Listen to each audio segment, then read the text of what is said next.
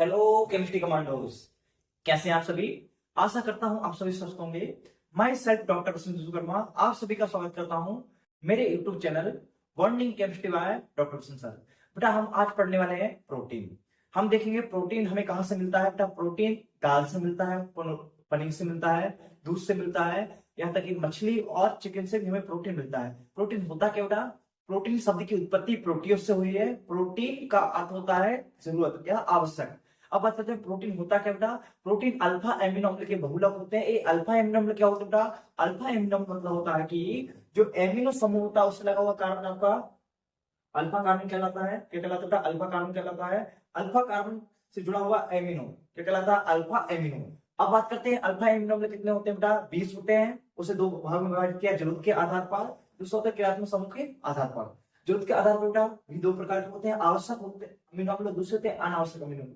आवश्यक मतलब जिनकी आवश्यकता होती है, मतलब जिन चीजों की आवश्यकता होती है वो हमारे शरीर में नहीं बनती है। तो हमारे शरीर में जो संश्लेषित नहीं होते हैं उन्हें बोलते हैं आवश्यक अमीनो अम्ल। आते कौन से? लाइसिन और आर्जिनिन। जबकि हम दूसरी बात करते हैं अनावश्यक अमीनो अम्ल, जो हमारे बॉडी में संश्लेषित हो सकते हैं बेटा, इन्हें बाहर से लेने की जरूरत नहीं होती। कौन से होते हैं? ग्लाइसिन, एस्पार्टिक और ग्लूटामिक अम्ल। इतना हुआ। अब आते हैं यहाँ पे क्रियात्मक समूह के आधार पर अमीनो अम्ल तीन प्रकार के होते हैं, अम्लीय अमीनो अम्ल, क्षारीय अमीनो अम्ल और उदासीन बेटा। अम्लीय कब बोलेंगे? जब अमीनो गुण ज्यादा होगा, जिसमें आते हैं एस्पार्टिक अम्ल और ग्लूटामिक अम्ल। आखिरी में अम्ल लगा होगा, पहचान लेना। अब आते हैं क्षारीय अम्लों में क्या होता है? हाल, HAL। एमसीक्यू के लिए बहुत ज्यादा इंपोर्टेंट होता है बेटा ये पॉइंट। एक एमसीक्यू यहाँ पर आना बेटा हर कंपटीशन के एग्जाम में आता है, चाहे वो नीट हो, चाहे जेई हो, चाहे बोर्ड एग्जाम हो। क्या बेटा? H for histidine, A for arginine, L for lysine. कौन सा बेटा? हिस्टिडीन, आर्जिनिन और लाइसिन होते हैं। उदासीन कौन सा है? ग्लाइसिन। उदासीन कौन सा होता है बेटा? ग्लाइसिन। अब चलते हैं अपन कि कुछ इंपोर्टेंट मतलब कुछ महत्वपूर्ण प्रोटीन अपने पास, जैसे हीमोग्लोबिन था। हीमोग्लोबिन किसमें पाया जाता है? रक्त में पाया जाता है। रक्त का लाल कलर क्यों होता है? हीमोग्लोबिन की वजह से। और कहाँ पाया जाता है हीमोग्लोबिन? रक्त में जो आरबीसी होती है उनके अंदर पाया जाता है। यदि हम हीमोग्लोबिन की बात करते हैं, हीमोग्लोबिन में दो पार्ट होते हैं, एक होता है हीम, दूसरा होता है प्रोटीन। प्रोटीन कौन सा होता है? ग्लोबिन होता है। ग्लोबिन मतलब गोलाकार प्रोटीन होते हैं। हीम किसका बना होता है? लोहा का बना होता है। लोहा का फॉर्मूला क्या होता है? Fe2+। इससे बोलते हैं आयरन मतलब फेरिक। क्या बोलते हैं? आयरन मतलब फेरस होता है। फेरस कौन होता है इसका? ये करता क्या? गैसों का परिवहन करने का काम करता है। अब आते हैं मायोग्लोबिन की बात करते हैं। मायोग्लोबिन कैसा होता है? गुलाबी कलर का होता है। ये मांसपेशियों में पाया जाता है और क्या करता है? ऑक्सीजन और ग्लूकोज को संचित करने का काम करता है। अब आते हैं केराटिन प्रोटीन। केराटिन प्रोटीन कहाँ पाया जाता है? बालों और नाखून में पाया जाता है। जो हमारे बाल नाखून बने होते हैं वो किसके? केराटिन प्रोटीन के बने होते हैं। ध्यान रखना बेटा, केराटिन प्रोटीन जल में अविलय होता है, मतलब पानी में नहीं घुलता है। रिबुस्को बेटा क्या है? पूरे विश्व में सबसे ज्यादा पाया जाने वाला प्रोटीन क्या है? रिबुस्को है। ये किसमें पाया जाता है? प्लांट में पाया जाता है। C3 और C4 प्लांट अपन पढ़ते हैं आगे चलकर बायोलॉजी में, तो उनमें देखने मिलता है। आगे चलते हैं बेटा कोलेजन। कोलेजन क्या बेटा? जंतु जो सबसे ज्यादा यार पाया जाने वाला प्रोटीन कहाँ पाया जाता है? ये हमारी हड्डियों में पाया जाता है। और जितने भी अपने अंदर बॉडी के अंदर ऑर्गन होते हैं बेटा, ऑर्गन के ऊपर क्या होती है? चादर होती है, इसको बोलते हैं कैप्सूल। कैप्सूल किसका बना होता है? कोलेजन का बना होता है। तो अपने कवर किया बेटा हीमोग्लोबिन, मायोग्लोबिन, केराटिन और रूबिस्को एंड कोलेजन। ठीक है, इतना कवर हुआ। अब चलते हैं प्रोटीन के गुणधर्म। प्रोटीन के तीन गुणधर्म होते हैं, जीटर आयन, समूह बिंदु और पेप्टाइड बॉन्ड। क्या बेटा? जीटर आयन क्या होता है कि जब अमीनो अम्ल में से एमिनो ग्रुप H आयन दान करता है, उस H आयन को क्षारीय ग्रुप ले लेता है। क्या होता है? H3+ और COOH- बनता है। क्या बेटा? COOH बनता है। आते हैं बेटा कि इस पर पॉजिटिव चार्ज भी है, इस पर नेगेटिव चार्ज भी है। तो जीटर आयन क्या होता है? एक ऐसा आयन जिस पर जो उदासीन क्यों है बेटा? जिस पर धनावेश और ऋणावेश दोनों बराबर है। द्विध्रुव क्यों बोल रहा है बेटा? इस पे धनावेश ऋणावेश दोनों है और धनावेश ऋणावेश दोनों है। तो आते बेटा एक ऐसा आयन जिस पर धनावेश ऋणावेश होता है, उदासीन होता है और द्विध्रुव होता है, उसे बोलते हैं जीटर आयन। तो जीटर आयन ये किसकी प्रॉपर्टी है? प्रोटीन की गुणधर्म होता है। और संभव बिंदु क्या बेटा? संभव बिंदु एक ऐसा बिंदु, एक ऐसा पीएच होता है जिस पर कोई द्विध्रुवी आयन हुआ, उदासीन आयन हुआ, वो विद्युत क्षेत्र में इलेक्ट्रॉनों की तरह गति नहीं करता था। इलेक्ट्रोड मतलब होता है कि ऐसी रॉड होती है जो जिन पर पॉजिटिव चार्ज या नेगेटिव चार्ज होती है, वह उसकी तरह गति नहीं करता है। तो बेटा संभव बिंदु का उपयोग करके हम एमिनो अम्ल की पृथक्करण कर सकते हैं, पहचान कर सकते हैं। आते हैं पेप्टाइड बंध। पेप्टाइड बंध क्या होता है कि दो अमीनो अम्ल को जोड़ने के लिए जो बंध लगाते हैं उसका नाम है पेप्टाइड बंध। पर बात कर सकते हैं डाइपेप्टाइड, ट्राइपेप्टाइड, टेट्रापेप्टाइड की हम बात करेंगे। आते हैं बनता कैसे था? एक अमीनो अम्ल का एमिनो समूह तो दूसरे अमीनो अम्ल का क्षारीय समूह। एक अमीनो अम्ल का एमिनो समूह, दूसरे अमीनो अम्ल का अम्ल समूह था। एमिनो समूह और अम्ल समूह दोनों आपस में मिलते हैं, मिलने से क्या होता है, यहाँ से OH और यहाँ से H बाहर निकलता है, बनता क्या है CONH2, इसे बोलते हैं amide bond, is called peptide bond. तो बेटा हमने अभी तक क्या देखा कि प्रोटीन क्या होते हैं, अल्फा अमीनो एसिड क्या होते हैं, कैसे पहचानते हैं, कितने प्रकार के होते हैं, ऐसा चीज देखी हमने। प्रोटीन के कार्य देखे, कौन कौन सा प्रोटीन काम करते हैं, वो देखा हमने। प्रोटीन की प्रॉपर्टी जिसे बोलते हैं गुणधर्म, हमने देखा कि जिटर आयन क्या होते हैं, संभव बिंदु क्या होते हैं और पेप्टाइड बॉन्ड क्या होते हैं। अब हम नेक्स्ट टॉपिक पढ़ने वाले हैं प्रोटीन की संरचना। बेटा वेरी इंपॉर्टेंट होती है प्रोटीन की संरचना। इसमें अपन देखने वाले हैं कि प्रोटीन की द्वितीय संरचना में ऐसा क्या होता है कि जो वो बहुत ज्यादा स्थान होता है उसके अंदर, और हम देखने वाले प्रोटीन की तृतीय संरचना में ऐसा क्या होता है जिसकी वजह से वो एंजाइम की तरह काम कर सकती है। तो राइट डाउन, हम पढ़ने वाले हैं प्रोटीन की संरचनाएं। लिखिए तो प्रोटीन का परिगणन।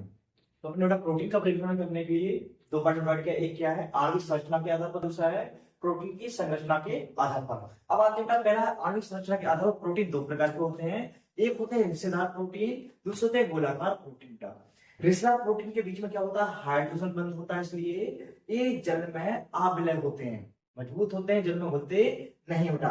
उदाहरण के लिए केराटिन प्रोटीन जो हमारे बाल नाखून में पाया जाता है, ये जल में अविलय होता है। दूसरी हम बात कर रहे हैं गोलाकार प्रोटीन। गोलाकार प्रोटीन में हाइड्रोजन नहीं पाया जाता, ये जल में विलय होते हैं, जैसे एल्यूमिन। अंडे का प्रोटीन पानी में घुल सकता है।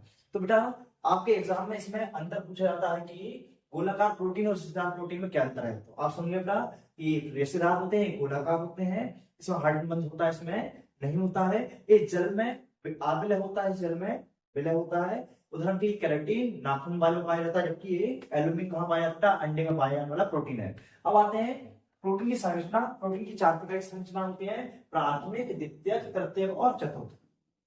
ये जो संरचना एकदम के साथ रखी गई है, इनकी अरेंजमेंट के आधार पर रखी गई। यदि आपने सारे अमीनो एसिड को सीधी रेखा में जोड़ दिया, इसे बोलते हैं रेखी, इनके बीच में कौन सा बंध होता है बेटा, इनके बीच में सिर्फ एक ही बंध होता है, उसका नाम है पेप्टाइड बंध। कौन सा बंध होता है, पेप्टाइड बंध। इसके अलावा प्राथमिक संरचना में कोई और दूसरा बंध नहीं होता। ध्यान रखना, प्राथमिक संरचना तापमान बढ़ाने पर, पीएच बढ़ाने पर टूटती नहीं है, क्योंकि बेटा सीधा धागा सीधा ही रहेगा।